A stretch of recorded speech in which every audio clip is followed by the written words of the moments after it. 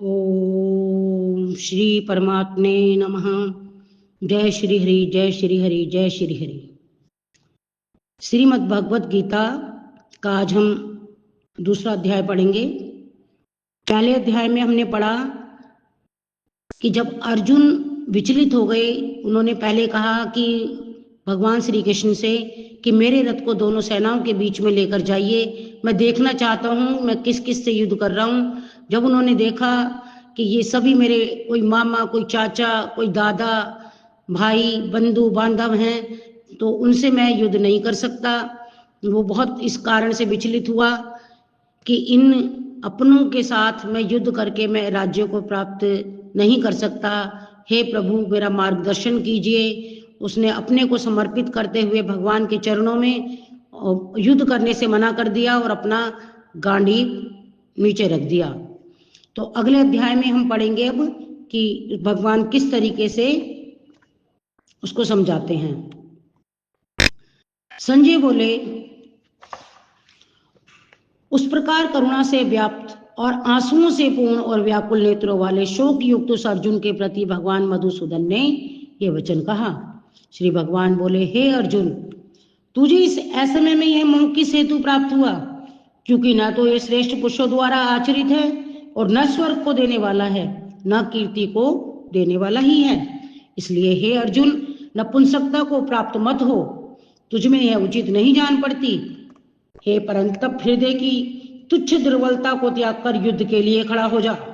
अर्जुन बोले, हे मधुसूदन, मैं रणभूमि में किस प्रकार बाणों से भीष्म, पितामह और द्रोणाचार्य के विरुद्ध लड़ूंगा, क्योंकि हे हरिसूदन, वे दोनों ही मेरे लिए पूजनीय हैं। इसलिए इस महानुभाव गुरुजनों को न मारकर मैं इस लोक में भिक्षा का अन्न भी खाना कल्याणकारक समझता हूँ,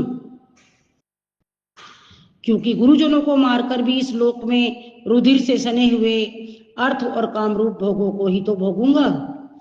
हम यह भी नहीं जानते कि हमारे लिए युद्ध करना ना करना इन दोनों में से कौन सा श्रेष्ठ है, अथवा यह भी नहीं जानते कि उन्हें हम जीतेंगे या हमको वे जीतेंगे। और जिनको मारकर हम जीना भी नहीं चाहते, वे ही हमारे आत्मा धृतराष्ट्र के पुत्र हमारे मुकाबले में खड़े हैं।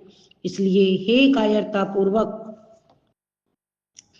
दोष से पत हुए स्वभाव वाला तथा धर्म के विषय में मोहित हुआ, मैं आपसे यह पूछता हूँ कि जो साधन निश्चित कल्याणकारक हो वह मेरे लिए कहिए, क्योंकि मैं आपका शिष्य हूँ। इसलिए आपकी शरण आकर मुझको शिक्षा दीजिए। मैं आपकी शरण हूँ मेरे प्रभु, मैं आपकी शरण हूँ।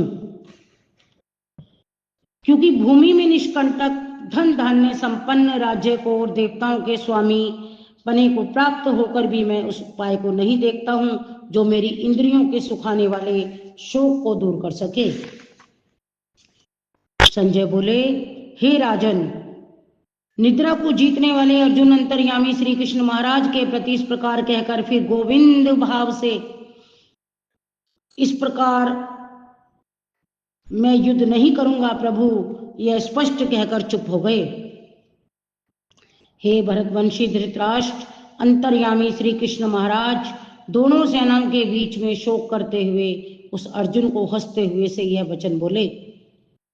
श्री भगवान बोले, हे अर्जुन, तू न शोक करने योग्य है। मनुष्यों के लिए शोक करता है, वह पंडितों के से वचनों को कहता है, परंतु जिनके प्राण चले गए हैं उनके लिए, और मैं जिनके प्राण नहीं गए हैं उनके लिए भी पंडित जन शोक नहीं करते। ना तो ऐसा ही है कि मैं किसी काल में नहीं था, नहीं तू नहीं था, अथवा ये राजा लोग नहीं थे, और ना ऐसा ही है इससे आगे हम सब नहीं रहेंगे। जैसे जीवात्मा को इस देह में बालकपन, जवानी और वृद्धावस्था होती है, वैसे ही अन्य शरीर की प्राप्ति होती है। उस विषय में धीर पुरुष मोहित नहीं होते। हे कुंती पुत्र, सर्दी गर्मी और सुख दुख को देने वाले इंद्रिय और विषयों के संयोग को तो उत्पत्ति विनाशशील और अनित्य है। इसलिए हे भारत, इनको तू सहन कर, क्योंकि हे पुरुष श्रेष्ठ, दुख सुख को समान समझने वाले जिस धीर पुरुष को ये इंद्रिय और विषयों के संयोग व्याकुल नहीं करते, वह मोक्ष के योग्य होता है। असत वस्तु की तो सत्ता नहीं है और असत का अभाव नहीं है। इस प्रकार इन दोनों का ही तत्व ज्ञानी पुरुषों द्वारा देखा गया है। नाश रहित तो तू उसको ज्ञान जिससे यह संपूर्ण जगत दृश्य वर्ग व्याप्त है, इस अविनाशी का विनाश करने में कोई भी समर्थ नहीं है। इस नाश रहित अप्रमेय नित्य स्वरूप जीवात्मा के ये सब शरीर नाशवान कहे गए हैं। इसलिए हे भरतवंशी अर्जुन, तो युद्ध कर। जो इस आत्मा को मारने वाला समझता है तथा जो इसको मरा समझता है, वे दोनों ही नहीं जानते, क्योंकि यह आत्मा वास्तव में ना तो किसी को मारता है और ना किसी के द्वारा मारा जा सकता है। यह आत्मा किसी काल में भी ना तो जन्मता है, ना मरता है और न ही उत्पन्न होकर फिर होने वाला ही है, क्योंकि यह अजन्मा, नित्य, सनातन और पुरातन है। शरीर के मारे जाने पर भी यह नहीं मारा जाता।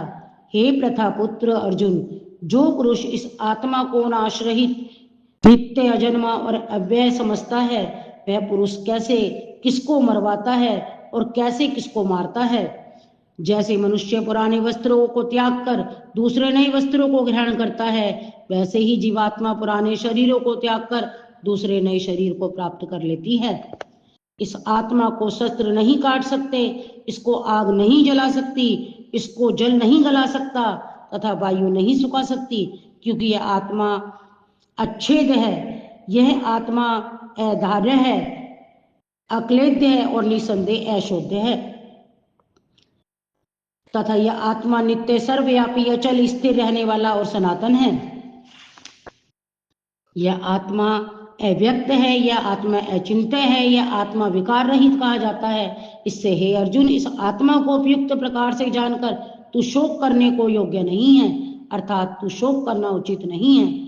किंतु यदि तू इस आत्मा को सदा जन्मने वाला तथा सदा मरने वाला मानता हो, तो भी हे महाबाहो, तू इस प्रकार शोक करने को योग्य नहीं है, क्योंकि इस मान्यता के अनुसार जन्मे हुए की निश्चित मृत्यु है और मरे हुए का जन्म निश्चित है। इससे भी तू इस बिना उपाय वाले विषय में तू शोक करने को योग्य है नहीं है। हे अर्जुन, संपूर्ण प्राणी जन्म से पहले अप्रकट थे, मरने के बाद भी अप्रकट हो जाने वाले हैं, केवल बीच में ही प्रकट हैं। फिर ऐसी स्थिति में क्या शोक करना है। कोई एक महापुरुष ही इस आत्मा को आश्चर्य की भांति देखता है और वैसे ही दूसरा कोई महापुरुष ही उसके तत्व का आश्चर्य की भांति वर्णन करता है और दूसरा कोई अधिकारी पुरुष ही इसे आश्चर्य की भांति सुनता है और कोई कोई तो सुनकर भी इसको नहीं जानता। हे अर्जुन, यह आत्मा सबके शरीर में सदा ही अवद्ध है। इस कारण संपूर्ण प्राणियों के लिए तू शोक करने के योग्य नहीं है तथा अपने धर्म को देखकर भी तू भय करने योग्य नहीं है, अर्थात तुझे भय नहीं करना चाहिए, क्योंकि क्षत्रिय के लिए धर्मयुक्त युद्ध से बढ़कर दूसरा कोई कल्याणकारी कर्तव्य नहीं है। हे पार्थ, अपने आप प्राप्त हुए और खुले हुए स्वर्ग के द्वार रूप इस प्रकार के युद्ध को भगवान भाग्यवान क्षत्रिय लोग ही पाते हैं। किंतु यदि तू इस धर्म युक्त युद्ध को नहीं करेगा तो स्वधर्म और कीर्ति को खोकर पाप को प्राप्त होगा तथा सब लोग तेरी बहुत काल तक रहने वाली अपकीर्ति का भी कथन करेंगे और माननीय पुरुष के लिए अपकीर्ति मरने से भी ज्यादा बढ़कर है। और जिनकी दृष्टि में तू पहले बहुत सम्मानित होकर अब लघुता को प्राप्त होगा, वे महारथी लोग तुझे भय के कारण युद्ध से हटा हुआ मानेंगे। तेरे वैरी लोग तो सामर्थ्य की निंदा करते हुए तुझे बहुत से न कहने योग्य वचन भी कहेंगे, उससे अधिक दुख और क्या होगा। या तो युद्ध में मारा जाना स्वर्ग को प्राप्त होगा अथवा संग्राम में जीतकर पृथ्वी का राज्य भोगेगा। इस कारण हे अर्जुन, तो युद्ध के लिए निश्चय करके खड़ा हो जा। जय पराजय, लाभ हानि, सुख दुख को समान समझकर उसके बाद युद्ध के लिए तैयार हो जा। इस प्रकार युद्ध करने से तू पाप को नहीं प्राप्त होगा। हे पार्थ, यह बुद्धि तेरे लिए ज्ञान योग के विषय में कही गई है। अब तू कर्म योग के विषय में सुन। जिस बुद्धि से युक्त हुआ तू कर्मों के बंधन को भली भांति त्याग देना अर्थात सर्वथा नष्ट कर डालेगा। इस कर्म योग में आरंभ का अर्थात बीज का नाश नहीं है और उल्टा फल स्वरूप दोष भी नहीं है, बल्कि इस कर्म योग स्वरूप धर्म का थोड़ा सा भी साधन जन्म मृत्यु रूप महान भय से रक्षा कर लेता है। हे अर्जुन, इस कर्म योग में निश्चयात्मिकता का बुद्धि एक ही होती है, किंतु अस्थिर विचार वाले विवेकहीन सकाम मनुष्यों की बुद्धियां निश्चय ही बहुत भेदों वाली और अनंत होती हैं।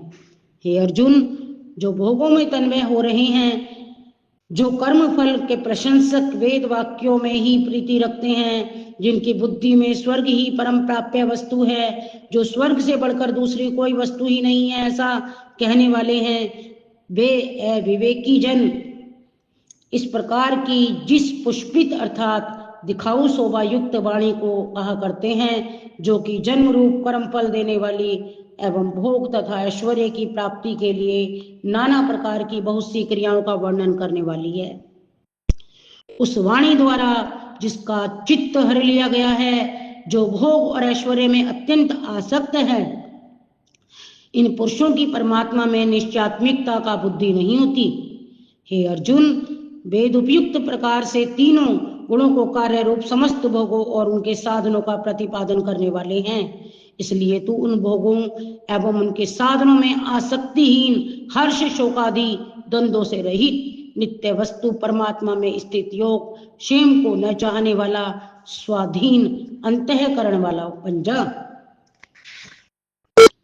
सब ओर से परिपूर्ण जलाशय के प्राप्त हो जाने पर भी छोटे छोटे जलाशय में मनुष्य का जितना प्रयोजन रहता है, ब्रह्म को तत्व से जानने वाले ब्राह्मण का समस्त वेदों में उतना ही प्रयोजन रह जाता है।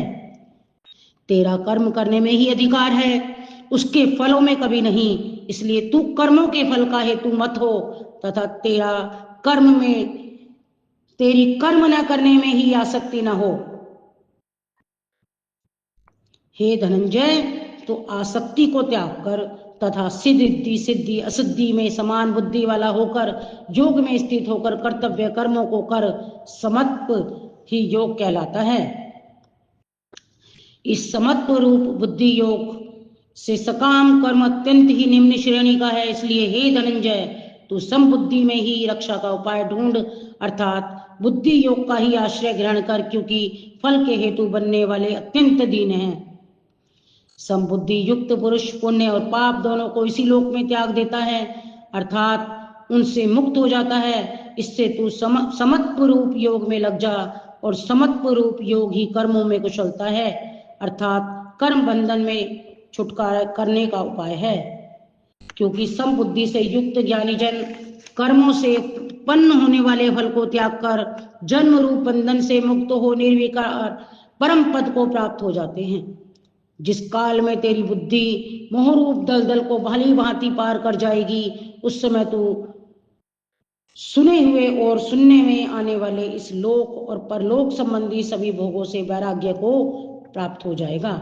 भांति भांति के वचनों को सुनने से विचलित हुई तेरी बुद्धि जब परमात्मा में अचल और अस्थिर हो जाएगी, अचल और स्थिर हो ठहर जाएगी, जब तू योग को प्राप्त हो जाएगा अर्थात तेरा परमात्मा से नित्य संयोग हो जाएगा। अर्जुन बोले, हे केशव, समाधि में स्थित परमात्मा को प्राप्त हुए स्थिर बुद्धि पुरुष का क्या लक्षण है? वह स्थिर बुद्धि पुरुष कैसे बोलता है, कैसे बैठता है और कैसे चलता है? श्री भगवान बोले, हे अर्जुन, जिस काल में यह पुरुष मन में स्थित संपूर्ण कामनाओं को भली भांति त्याग देता है और आत्मा से आत्मा में ही संतुष्ट रहता है, उस काल में यह स्थित प्रज्ञ कहा जाता है। दुखों की प्राप्ति होने पर जिसके मन में उद्वेग नहीं होता, सुखों की प्राप्ति में जो सर्वथा निष्प्रह है और जिसके राग भय और क्रोध नष्ट हो चुके हैं, ऐसा मुनि स्थिर बुद्धि वाला कहा जाता है। जो पुरुष सर्वत्र स्नेह रहित हुआ, उस शुभ या अशुभ वस्तु को प्राप्त होकर ना प्रसन्न होता है ना द्वेष करता है, उसकी बुद्धि स्थित है। और कछुआ सब ओर से अपने अंगों को जैसे समेट लेता है, वैसे ही जब यह पुरुष इंद्रियों के विषयों से इंद्रियों को सब प्रकार से हटा देता है, और उसकी बुद्धि स्थिर है, ऐसा समझना चाहिए। इंद्रियों के द्वारा विषयों को ग्रहण न करने वाले पुरुष के भी केवल विषय तो निवृत्त हो जाते हैं, परंतु उनमें रहने वाली आसक्ति निवृत्त नहीं होती। इस स्थिति प्रज्ञ पुरुष की तो आसक्ति भी परमात्मा का साक्षात्कार करके निवृत्त हो जाती है। हे अर्जुन, आसक्ति का नाश न होने के कारण ये प्रमथ स्वभाव वाली इंद्रियां यत्न करते हुए बुद्धिमान पुरुष के मन को भी बलात् हर लेती हैं। इसलिए साधक को चाहिए कि वह उन संपूर्ण इंद्रियों को वश में करके समाहित चित्त हुआ मेरे परायण होकर ध्यान में बैठ जाए, क्योंकि जिस पुरुष की इंद्रियां वश में हो जाती हैं उसी की बुद्धि स्थिर हो जाती है और उसी को मैं प्राप्त हो जाता हूँ। विषयों का चिंतन करने वाले पुरुष की उन विषयों में आसक्ति हो जाती है, आसक्ति से उन विषयों की कामना उत्पन्न होती है और कामना में विघ्न पड़ने से क्रोध उत्पन्न होता है। क्रोध से अत्यंत मूढ़ भाव उत्पन्न हो जाता है, मूढ़ भाव से स्मृति में भ्रम हो जाता है,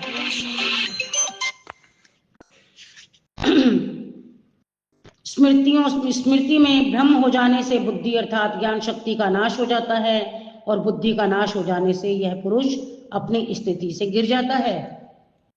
परंतु अपने अधीन किए हुए अंतःकरण वाला साधक अपने वश में की हुई राग द्वेष से रहित इंद्रियों द्वारा विषयों में विचरण करता हुआ अंतःकरण की प्रसन्नता को प्राप्त कर लेता है। अंतःकरण की प्रसन्नता होने पर इसके संपूर्ण दुखों का अभाव हो जाता है और उस प्रसन्न चित्त वाले कर्म योगी की बुद्धि शीघ्र ही सब ओर से हटकर एक परमात्मा में ही भलीभांति स्थिर हो जाती है। ना जीते हुए मन इंद्रियों वाले पुरुष में निश्चयात्मिकता की बुद्धि नहीं होती और उस अयुक्त मनुष्य के अंतःकरण में भावना भी नहीं होती तथा भावनाहीन मनुष्यों को शांति नहीं मिलती और शांति रहित मनुष्यों को सुख कैसे मिल सकता है? क्योंकि जैसे जल में चलने वाली नाव को वायु भर लेती है, वैसे ही विषयों में विचरती हुई इंद्रियों से मन जिस इंद्रियों के साथ रहता है, यह एक ही इंद्रिय इस अयुक्त पुरुष की बुद्धि को हर लेती है। इसलिए हे महाबाहो, जिस पुरुष की इंद्रियों के विषय से सब प्रकार निग्रह की हुई हैं, उसी की बुद्धि स्थिर समझो। संपूर्ण प्राणियों के लिए जो रात्रि के समान है, उस नित्य स्वरूप परमानंद की प्राप्ति में स्थित प्रज्ञ योगी जागता है और जिस नाशवान सांसारिक सुख की प्राप्ति में सब प्राणी जागते हैं, परमात्मा के तत्व को जानने वाले मुनि के लिए वह रात्रि के समान है। जैसे नाना नदियों के जल सब ओर से परिपूर्ण अचल प्रतिष्ठा वाले समुद्र में उसको विचलित न करते हुए ही समा ले, उस नित्य ज्ञान स्वरूप परमानंद की प्राप्ति में स्थित प्रज्ञ योगी जागता है। जिस नाशवान सांसारिक सुख की प्राप्ति में सब प्राणी जागते हैं, परमात्मा के तत्व को जानने वाले मुनि के लिए वह रात्रि के समान है। जैसे नाना नदियों के जल सब ओर से परिपूर्ण अचल प्रतिष्ठा वाले समुद्र में उसको विचलित न करते हुए भी समा जाते हैं, वैसे ही सब भोग उस स्थित प्रज्ञ पुरुष में किसी प्रकार का अविकार उत्पन्न किए बिना ही समा जाते हैं। वही पुरुष परम शांति को प्राप्त होता है, भोगों को चाहने वाला नहीं। जो पुरुष संपूर्ण कामना को त्याग कर ममता रहित, अहंकार रहित और स्पृहा रहित हुआ विचरता है, वही शांति को प्राप्त होता है, अर्थात वह शांति को प्राप्त है। हे अर्जुन, यह ब्रह्म को प्राप्त हुए पुरुष की स्थिति है। इसको प्राप्त होकर योगी कभी मोहित नहीं होता और अंतः काल में भी इसी ब्राह्मी स्थिति में स्थित होकर ब्रह्मानंद को प्राप्त हो जाता है। जय श्री हरि, जय श्री हरि, जय श्री हरि। ओम नमो भगवते वासुदेवाय नमः। द्वितीय अध्याय विश्राम।